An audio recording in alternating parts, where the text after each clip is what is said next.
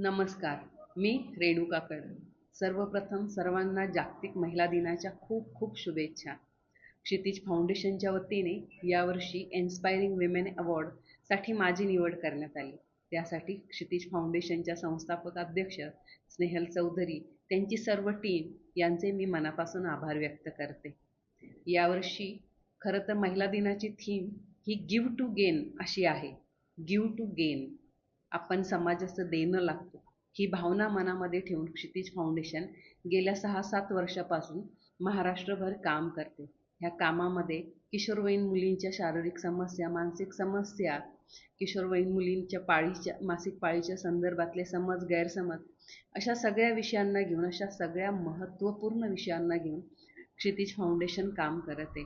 सोबतच महिलांच्या संदर्भातले प्रश्न असतील, मुलांच्या संदर्भातले प्रश्न असतील, अशा सगळ्या विषयांवरती क्षितिज फाउंडेशन आपले कार्य करत आहे.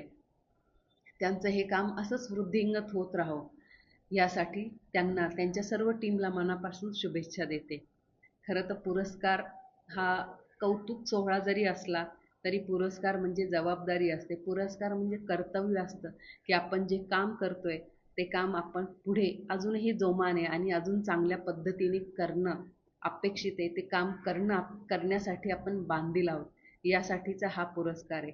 माझ्यासाठी हा एस्पायरिंग विमेन अवॉर्ड 2026 मला सातत्याने समाजासाठी चांगलं काम करण्यासाठी निश्चितच प्रेरणा देत राहील.